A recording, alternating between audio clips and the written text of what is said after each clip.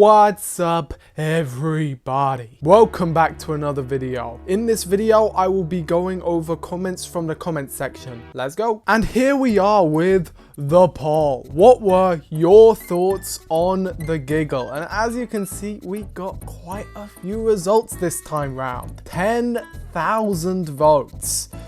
Sheesh. We have a wide variety of opinions this time around. A pretty good sample size in my opinion. And as you can see, it is overwhelmingly positive. It's pretty damn good. We have 53% giving it the highest rating of incredible. Then a solid 29, which round up is to 30%, saying it's good, 12% saying that it was alright, and only 6% of audiences saying that it was bad. That is an overall 82% of audiences really liked it. That's pretty damn great. That is the result that we want to see. You know, everyone loving life, everyone loving Doctor Who. I love to see it. But it's not just that. I did another poll a couple days later saying that now that it's been a little while since the episode came out and that we have all 3 episodes, which is the best? Which is people's favorite? Or which are people's favorite? Did I get the tenses right? My bad, guys. And as you can see, poor the Star Beast did not fare too well. And surprisingly, the Giggle came in the #1 spot with 57% of the vote from a pretty good sample size, 8.6 thousand votes. Now, part of me does wonder if this is recency bias. This poll was posted a couple days, not a full week, but a couple days after the Giggle came out, so it is still fresh in everyone's mind, but it wasn't the night of. But I do wonder if, in retrospect, you know, in like months from now, people might think, well, Blue Yonder is the best of the 3, or people will stick with the Giggle. I don't know, but the consensus right now is that the Giggle is the best of the 3. It's actually interesting to point out because for the first couple of hours after posting, while Blue Yonder definitely had the lead, it had a secure lead of around like 12%, which I've done a lot of these polls and I've never seen something that had a 12% lead lose that lead. So very impressive from the Giggle. Let's move on to some of the comments now. I feel like each special paid homage to the different eras of Doctor Who, with the Star Beast representing classic Who, while Blue Yonder representing the reboot era, and the Giggle representing the series moving forward. And as you can see, this got 50 likes. And personally, I don't see it. I don't really know how the Star Beast represents classic Doctor Who. Feels to me more like a series 4 story. I don't really know how Wild Blue Yonder represents the reboot era. The reboot era, most of the stories are much more like the Star Beast than Wild Blue Yonder. And the Giggle, I'll allow that one. I'll let that slide because, you know, series moving forward, we got the bigeneration aspect.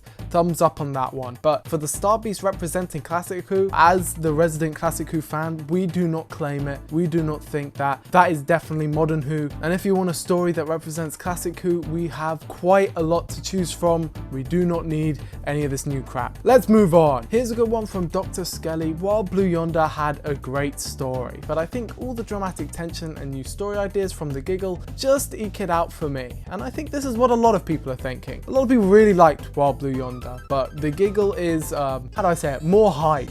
In the end, hype wins out in most people's minds. So I get it. More bombastic, more energetic, and also it's not as bad as the Star Beast was. Not that the Star Beast was terrible. I don't want to make this a ragging on the Star Beast video. You guys know me. I went through my Star Beast renaissance where I started appreciating it a bit more. Gotta have a certain specific taste and all that. But the Giggle is certainly a more competent episode, which means it's got the hype factor and it's got the fast factor. It does have the recency factor, so it's basically the deck is skewed in its favor. But overall, yeah, I think a lot of people agree with the GOAT, Dr. Skelly, on this one, which is perfectly fair. Let's move on. John Marston says, I wonder when the community reaction video for the Giggle is dropping, and the overall special video thingy. Can't wait for the next upload.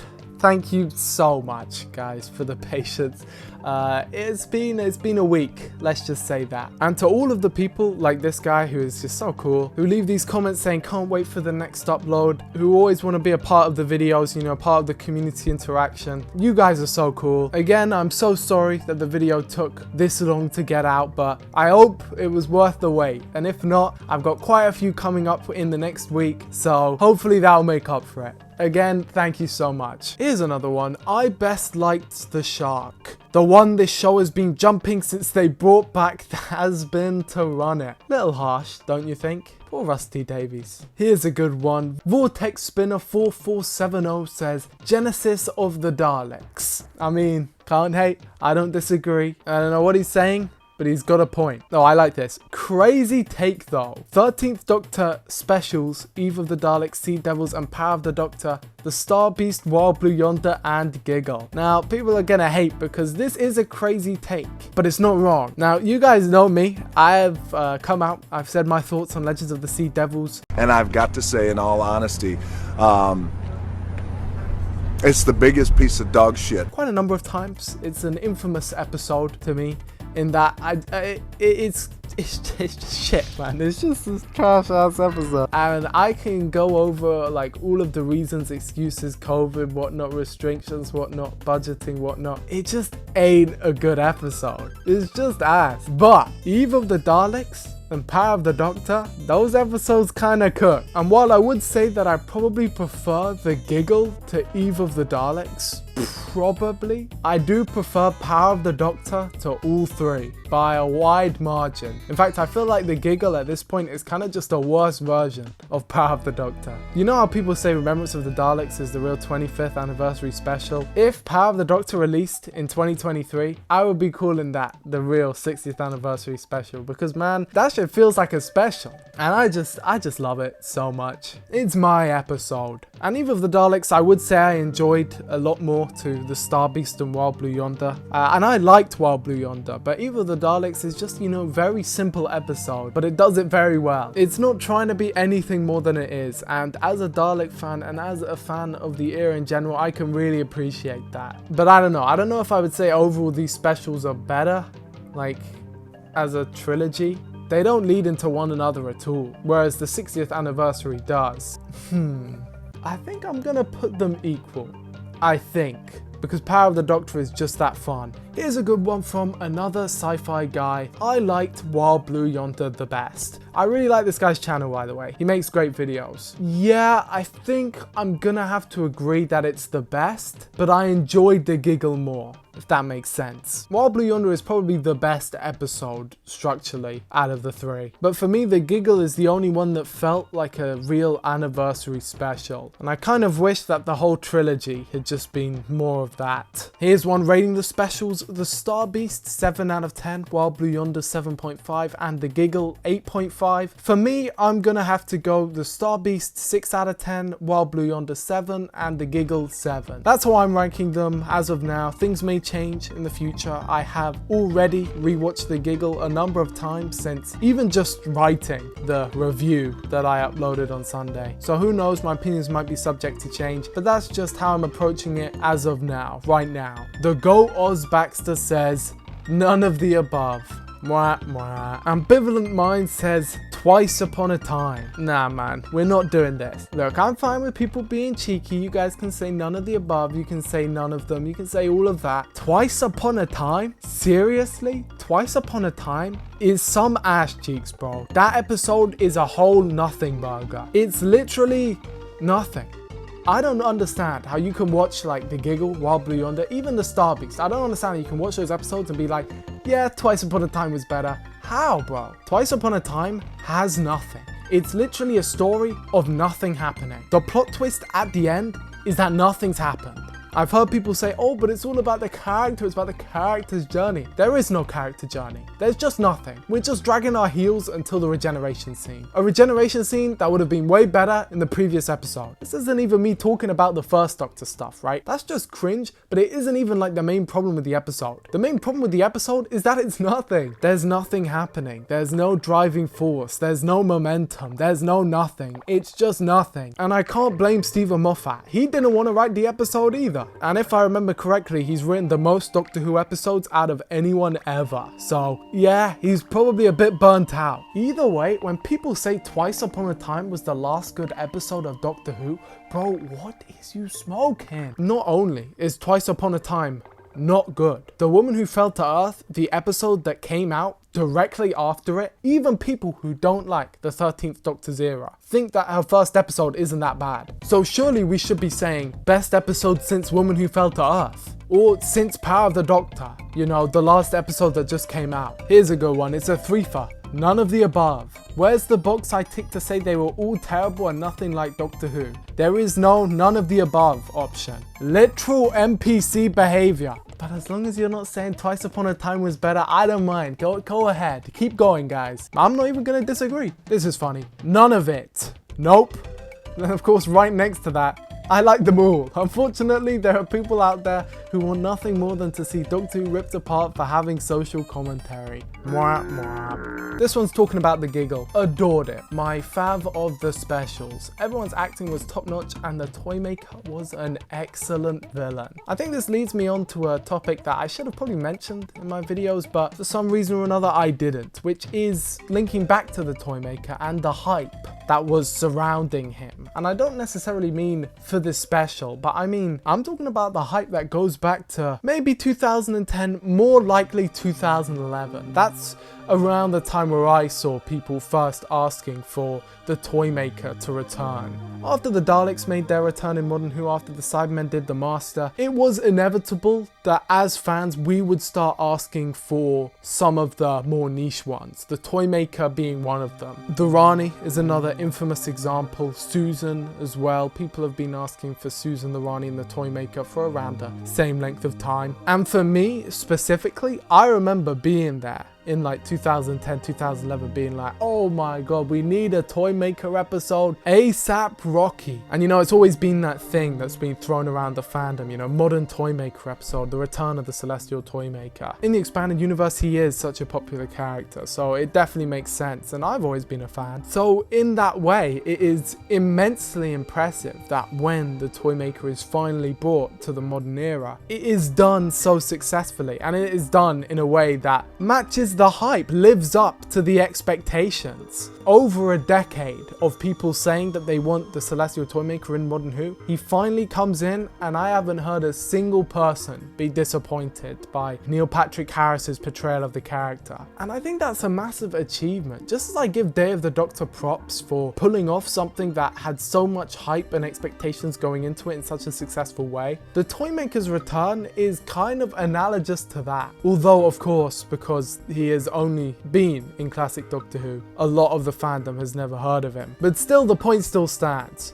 We waited over a decade for a Celestial Toymaker story, and when it came, we were all satisfied. So W. I'm so fucking obsessed, I will never stop talking about this special ever. Another W. Feels like the overarching theme of the 60th is good episodes that needed more time. Love the bigeneration more than I thought I would, and Chuti just immediately stepped into the role and owned it, comforting his younger self and finally telling him he needs rest. Now the thing is for me is I didn't really get the vibe that the Doctor needed rest. If you watch Power of the Doctor, if you watch that final scene with 13, it seems quite triumphant to me. If you watch Peter Capaldi's regeneration, it also seems quite triumphant. The Doctor has had 2 happy endings in a row, so this is the third. It's getting a bit boring now, it's getting a bit stale. Especially when third time round, they're acting still as if it's a unique occurrence. I never really saw the Doctor as someone who needed rest. He's had a lot of time. Jodie Whittaker herself, in Revolution of the Daleks, had that long period of time to go over all her thoughts. Of course, the 11th and the 12th did as well. After 13's regeneration seemed like such a happy handing over of the torch, with Jodie Whittaker being like, tag, you're it, ha ha ha ha, smiling as she's regenerating. It doesn't really click that the follow-on from that would be, oh, the Doctor needs to take a break. So it feels like, nah, why can't we just go straight on to, you know, new happy Doctor, like the 15th Doctor? But that's just me. Back to the first part of the comment, feels like the overarching theme of the 60th is good episodes that needed more time. Yeah, I think the Star Beast is definitely the most egregious. If you give that one 90 minutes, it's all perfect. Wild Blue Yonder, I think, was pretty well paced. The only thing I would have changed is getting rid of the pre-title sequence and moving the episode a bit further, maybe giving it just an extra scene at the end instead of that one that was wasted at the beginning. And the Giggle, while yes, the third act is quite rushed, it's one of those episodes that ends 10 minutes before it actually ends, and so the final battle between the Toymaker is just random as hell. It's definitely passable, it's definitely serviceable, it all works.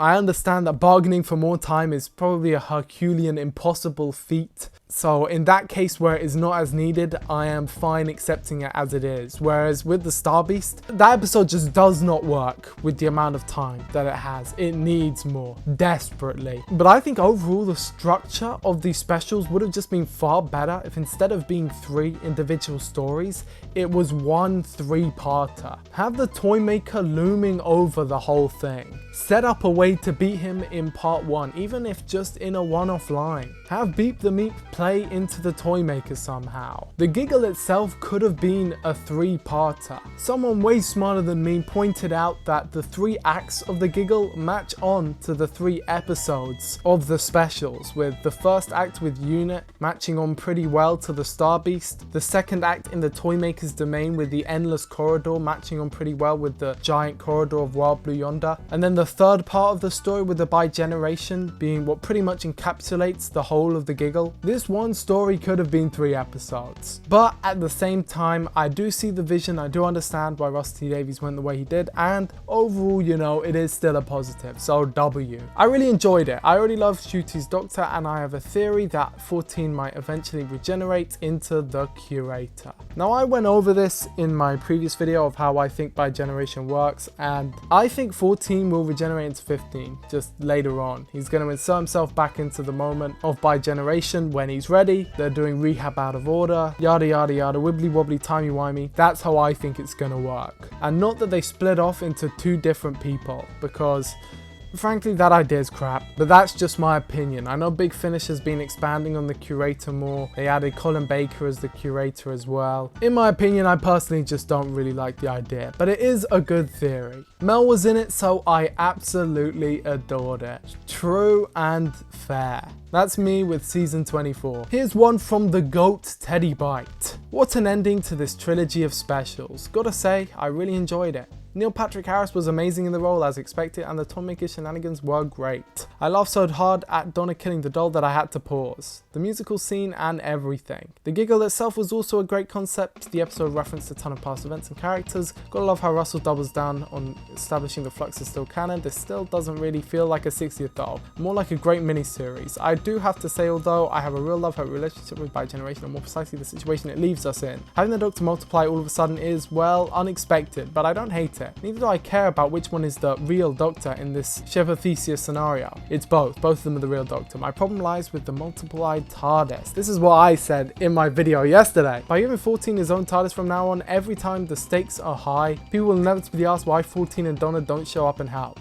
I think to really hammer home the point that 14 is taking a well-earned break, they shouldn't have made a second TARDIS. One episode though, hype for Christmas and everything to come in 2024. My dumbass almost said 2014. Yeah, they shouldn't have doubled the TARDIS. On Russell T Davies doing a bunch of name drops, that scene where Ncuti Gatwa kind of just dumps a bunch of lore and he says about destruction of Logopolis, Pandorica, all of that stuff. While I did appreciate the Mavic Chen name drop, that was a W, massive thumbs up from me. The scene itself just completely falls flat because it's so pointless. It's just, this is stuff that happened. You remember this, right? Remember. And while yeah, it's a 60th anniversary special, you could have interwoven it, you know, a little bit more instead of just being like, oh yeah, it's the 60th anniversary, let's just drop a bunch of stuff that happened in the past. It also made me wonder when Ncuti Gatwa says, I loved Rose. These are the David Tennant specials, right? Why the hell is Rose not here? David Tennant's 10th Doctor, for better or for worse, is defined by his relationship with Rose.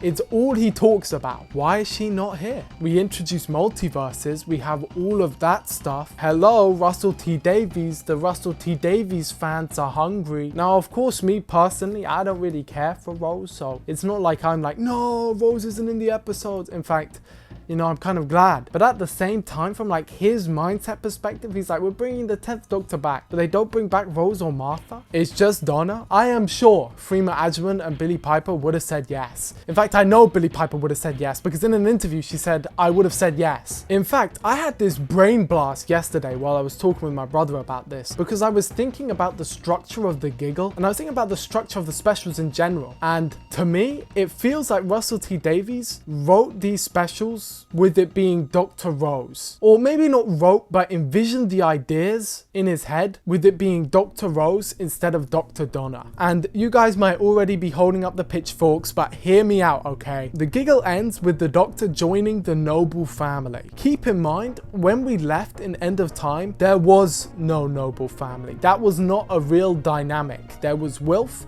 and there was Donna, and the other two were just there. Sean Temple existed so that Donna could move on. In that episode, although the actor is amazing, he is a non-character, and the Doctor had no connection with this family and family dynamic at all. But you know what family the Doctor did have a connection with? The Tylers, Rose Tyler's family. In fact, this is when it all made sense to me. The Christmas invasion has the Doctor having Christmas dinner with Rose Tyler's family. He's part of the family dynamic.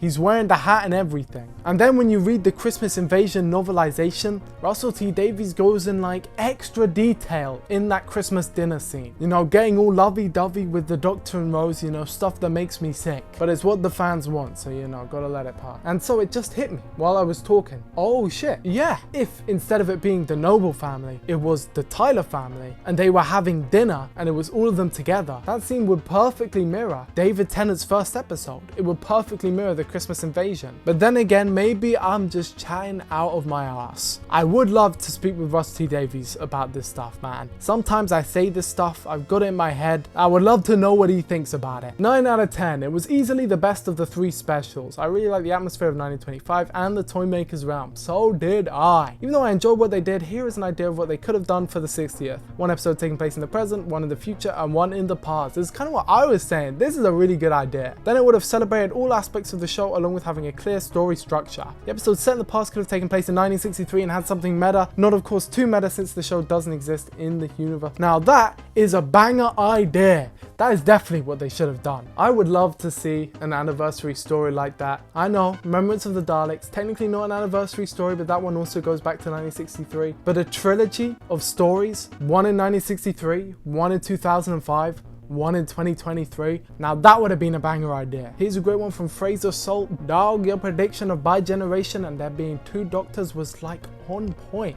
You work for the BBC? I wish. Put me on the payroll, Russell. And personally, I love the theme they played for Shooty's Doctor in the TARDIS, and I'm excited for Destination Christmas. Love the vids. Thank you so much, man. This guy's a go. Yeah, the 15th Doctor's theme was a lot better here than it was in the orchestral showing. And it wasn't even bad there, but it was just great here. It felt really hype. Speaking of music, I also really liked the song they played for the fake out regeneration just before the bigeneration happens, where David Tennant says, "Here we go again." They played the song from Parting of the Ways, the 9th Doctor's regeneration theme. They do a little hint of that. Gets me every time, man. It's such a good musical cue. Murray Gold, you cooked. And on the point of my prediction, I got it wrong. Maggie132 says, "Oh my god, bestie, let me tell you, I loved this episode. First things first, the references. I love all the references to the past episode Doctors and Companions. We get to see one too. When the Toymaker did the puppet show, I was surprised to see how they talked about the Ponds, Clara and Billy. You can see the pain in the Doctor's eyes too. Also the reference towards the Master and the Golden Tooth and the end when someone grabs it. I'm so excited. Secondly, Neil Patrick Harris did a wonderful job, loved him to death and he acted so well. He is Dr. Horrible, but despite being caught off guard by the old regeneration, Ncuti was mind-blowing. I'm excited for the Christmas episode. They're gonna be a great Doctor. I think so too. I've got immense faith. I'm sure they're gonna be spectacular. Onto the puppet show, I loved it. I really liked that bit. Well, yes, I did call it out for the "oh well that's alright then" thing not coming back up later. It's still funny. I still like hearing about the old companions. I know, easy to please. One past reference and you got me smiling, but it is what it is, man. I can't pretend. I was absolutely baffled yet captivated the whole time. So many questions, man. Crazy. You're telling me that at this time there is now 2 David Tennants out there chilling expeditiously hard, like including the Meta Crisis Doctor. Bro just out there doing a spot of gardening or something. The chuckle I let out when the Toymaker pulled up and threw the chuckle I let out when the Toymaker pulled up and threw the Ford into the wall was something straight up devilish. That scene was absolutely hilarious. Definite agree. And has the 15th Doctor unloaded his mental turmoil and need to relax on the 14th? Is he just alright now? And where is bro's trousers? Can't wait for the trousers reveal. He doesn't have his pants. Yeah, everything in this comment is straight facts. It's also very funny. My thoughts on the episode are similar, where you said it was building a castle only for a tidal wave to come in. A lot of the third act felt contrived, like it was set up for spin-off shows. Maybe David Tennant will have his own spin-off show where you could see her former doctors just appearing out of thin air. Very true. Speaking of former doctors, this anniversary felt weird without any of the other Doctor Who's. Yeah, say what you will about the GOAT, I mean the Fraud 11, but he was an extremely popular doctor and the anniversary seemingly ignored him. Yeah, man, I don't know why. Like, yeah, Amy appeared in the puppet form, but they could have had 11, 12, and 13 appear in puppet fashion too. Very true. Imagine how cool it could have been to see at least some representation of New Who that wasn't just David Tennant. Instead, we got very awkward dialogue between the classic Doctors and Companion. I don't know. The anniversary specials feel like setup rather than a celebration. Very true. The Giggle especially just feels like massive setup, with no questions answered and a bunch more asked. To the point where it's a little off-putting, at least in my opinion. And yeah, it's a little bit of a letdown. At least Matt Smith didn't show up. What a shame. I know there isn't really place for him to have shown up in the narrative for these stories, and I know that it also isn't as easy as me saying, well, then change the whole narrative, but still, man, it would have been so cool. And on the comment of former doctors just appearing out of thin air, that kind of ties into what Rusty Davies said about the Doctorverse, which is too much for me to go over in this video. That's a whole separate topic. But trust me, I have thoughts on that. So a good story for another time. Can we talk about that fucking golden tooth? Please? Okay, let's talk about it. Those shots of Neil Patrick Harris's teeth where there's like 50 million, they're so funny, man. They make me burst out laughing every time because they're just so weird. Intentionally so, and it works. It's a good effect. And you have the Master in it as well, who I presume is Sasha Dhawan's Master. Please, dear Lord, have him come back, man. Please, man. I'm begging, man. Please. And in a way, it kind of fits that the Celestial Toymaker beat the Master and then sealed him in a tooth. I think that kind of works. And sure, it can work as a way to bring it back, even though personally, I don't need a reason. They could just say he came back and I'm fine with it. The hand as well, picking it up. If you listen to the commentary, David Tennant specifically calls out that it's a hand that's coming from over the edge, meaning that it more than likely is a celestial creature or a non-human creature reaching into reality to pick it up, whatever the hell that means. But you know what, sure, let's bite into the mystery box, see where it takes us. Off topic, but I really want to know what everyone thinks of the new Sonic.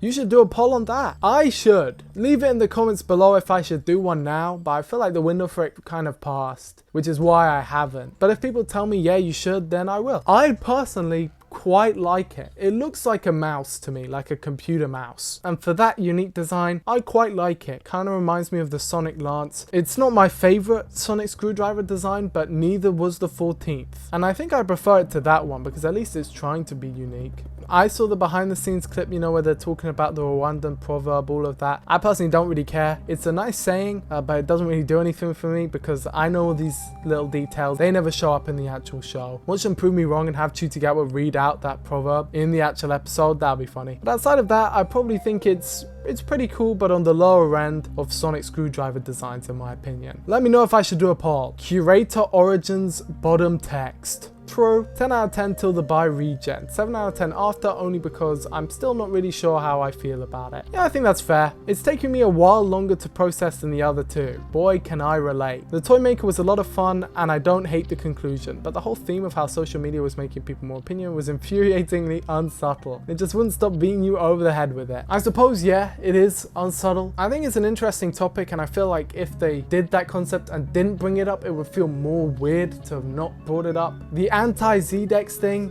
I mean, sure, maybe you could be like, oh, that's too far. I personally found it funny. I liked it, but that's just me. Of course, you know, everyone has all their different opinions. I personally liked it. I don't think it was too egregious or offensive enough to be an issue, but that's of course just my opinion. On it taking longer to process, yeah, this episode really frazzled me when I first watched it, in a way that I haven't really been frazzled by a Doctor Who episode for a very long time. I just didn't really enjoy talking about it. I had a great time watching the episode, and my commentary for the episode, which was available to members, was very energetic and I really enjoyed it. But after the episode was said and done, Whereas with the Star Beast and World Beyonder, I could not wait to record and just all of my thoughts were tumbling out. With the Giggle, it felt kind of like a struggle. Like I didn't really know what to say, how to say it, which is kind of why I did that follow-up review to it that I didn't for the others, because there was just so much there that I had in my head but couldn't really be put into words at that moment yet. So yeah, I'll definitely agree. It took me a while longer to process than the other two. The episode had its issues, writing out the higher end beings of the universe like the Guardians and, if I heard correctly, God, which doesn't really sit right with me at all. I'm sure they didn't mean it in a religious way. The idea that the Doctor never rested at all shows Davy's complete lack of respect for Moffat's work, considering the Doctor rested after Amy and Rory died, and then after Clara died he got to spend 21 years on Beryllium, and finally he took up a teaching job, which he was in there since like the 50s or something, right? Or was it the 60s? I don't remember. So he's had plenty of time to test and recover, especially with the Paternoster gang essentially being a family unit with him. Just like the ending of this episode, he ignored Rory and Nardole for some reason. Yeah, I noticed that too. Why did they get ignored?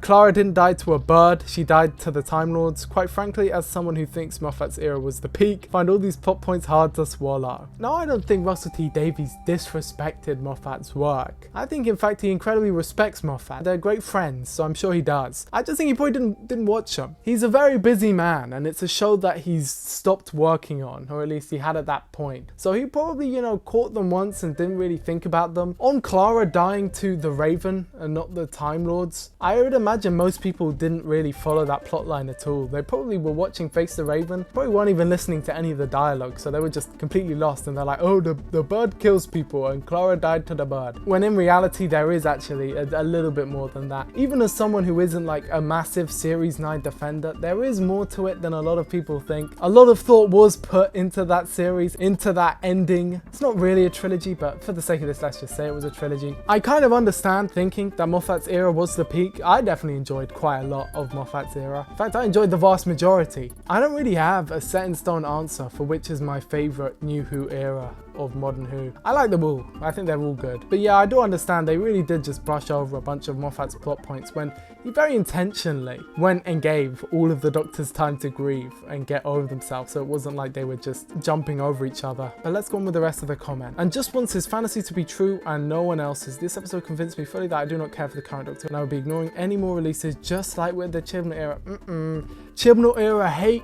Comment disregarded. Come on guys, you know how it is. Your comment needs to have the sauce, it needs to have the taste, the distinguished palate that one can only enjoy if they appreciate the majesty that is the Chibnall era. Come on you guys, I understand the Chibnall era had a bunch of stinkers, but it also had some pretty good stuff as well. You guys are just hating. With all that said, this episode had some great moments. The Toymaker was brilliant, there were some great scenes, hearing what Mel had been up to made me smile. If I shut my brain off from all the frankly awful retcons and changes Ray Davies did, then yeah, it was a great episode. But as it is, I finished watching with a bittersweet feeling. I mean, it seems like he quite enjoyed it. There aren't that many retcons in this episode.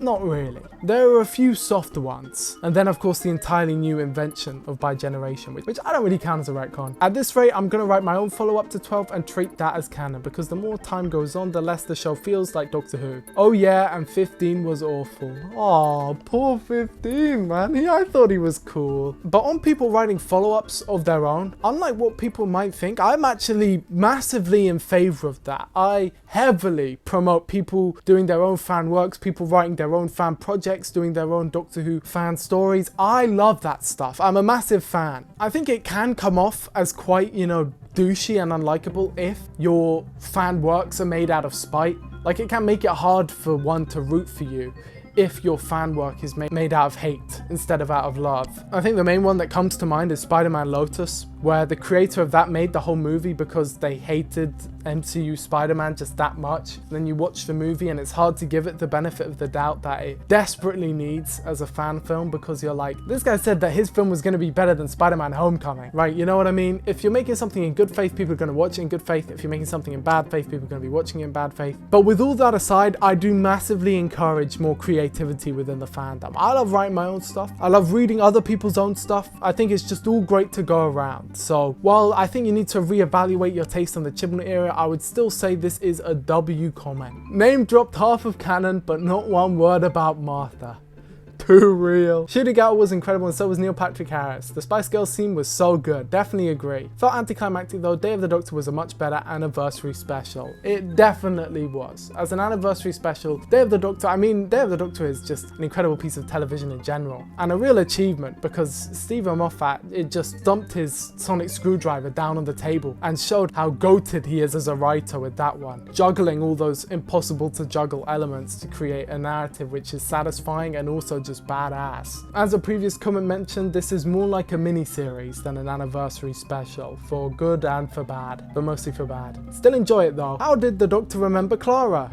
He wiped his memory of her. Well, actually, in the episode Twice Upon a Time, basically what happened is that randomly Clara just showed up and then the Doctor said, my memories are back, and then his memories were back. It really is that anticlimactic. See what I mean about Twice Upon a Time just being a nothing burger? The one who waits. That's Sutekh, right? He was literally sitting there waiting in Pyramids of Mars. Also, the Toymaker is powerful, but in Pyramids of Mars, they set up that if Sutekh came back, we'd all be fucked. Please, dear Lord, let it be Sutekh. Please, dear Lord. They need to redo the scene where the acolyte of Sutekh comes in and he says, I am the servant of Sutekh. He needs no other. And then he burns that guy alive. They need to redo that, but it's Beep the Meep. And Beep the Meep's boss was Sutekh. The episode was good, but what the fuck is going on? Seriously. Colin Savage says, is no one going to talk about the wheelchair girl standing up? For fuck's sake, man. I think that's a great one to end on. And that's all of the comments. I hope this video was worth the wait. As I mentioned, I've got a couple special videos coming out in the lead up to Christmas, so hopefully everyone will be well entertained. With all that said, my opinions for the Giggle are overall positive, and I'm looking forward to the church on Ruby Road. You guys already know that I'll be doing a video on that the moment it releases, so don't forget to leave a like and subscribe. Can you believe that 92% of people who watch don't subscribe? You're killing me, man. And leave a like too. Thank you so much to the members. You guys are the real MVPs. And if you want to help support the channel, you can click the join button below to gain access to a multitude of perks and benefits, including exclusive member videos, access to the Discord server, and my live commentary reactions of the anniversary specials. And with all that said, I hope you enjoyed the video and I will see you in the next one.